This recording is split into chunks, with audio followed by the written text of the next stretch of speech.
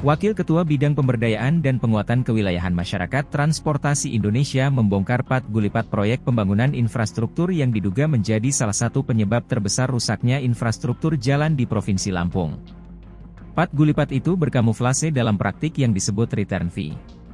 Return fee adalah praktik pemberian honor tambahan dari pihak kontraktor pelaksana pemenang lelang kepada pihak lain yaitu konsultan pengawas. Nama lain return fee adalah cashback. Anggaran belanja modal digelontorkan tidak seluruhnya untuk pembangunan atau pemeliharaan jaringan jalan dan irigasi. Terpotong oleh praktik return fee kisaran 10 hingga 15% yang sulit untuk dihapus hingga sekarang, ungkap Joko sebagai dilansir kompas.com. Seperti diketahui, konsultan pengawas adalah pihak yang ditunjuk pemerintah untuk mengawasi jalannya proyek yang dikerjakan kontraktor pemenang tender.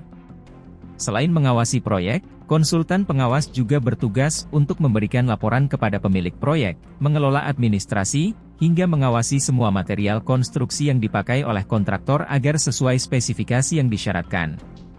Konsultan pengawas bukan bagian dari kontraktor alias perusahaan yang berbeda. Kesamaannya, baik kontraktor dan pengawas sama-sama ditunjuk melalui lelang pengerjaan jalan. Adanya konsultan pengawas yang bertugas membantu pemerintah mengawasi pekerjaan, fakta di lapangan justru yang terjadi bersekutu dengan kontraktor untuk memuluskan tagihan, tukasnya. Konsultan pengawas mendapat honor tambahan dari kontraktor, sudah pasti kerja konsultan tidak sesuai harapan pemilik pekerjaan, pemerintah, imbuh Joko. Praktik return fee menurut Joko tidak hanya antara kontraktor pelaksana dengan kontraktor konsultan pengawas. Juga antara pengawas maupun kontraktor dengan pemilik proyek itu sendiri, dalam hal ini tim pengadaan hingga pejabat pembuat komitmen dari instansi pemerintah. Konsultan pengawas tidak membayar gaji optimal ke personal yang mengawasi pekerjaan, karena konsultan pengawas juga memberikan return fee ke pemilik pekerjaan, tutur Joko. Proyek jalan bisa dikerjakan dengan persentase 60% dari nilai kontrak sudah cukup bagus. Rata-rata kurang dari itu.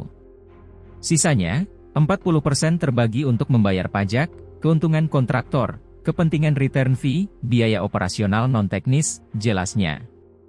Praktik return fee bisa dibilang sudah menjadi rahasia umum di banyak proyek pengerjaan jalan di Indonesia.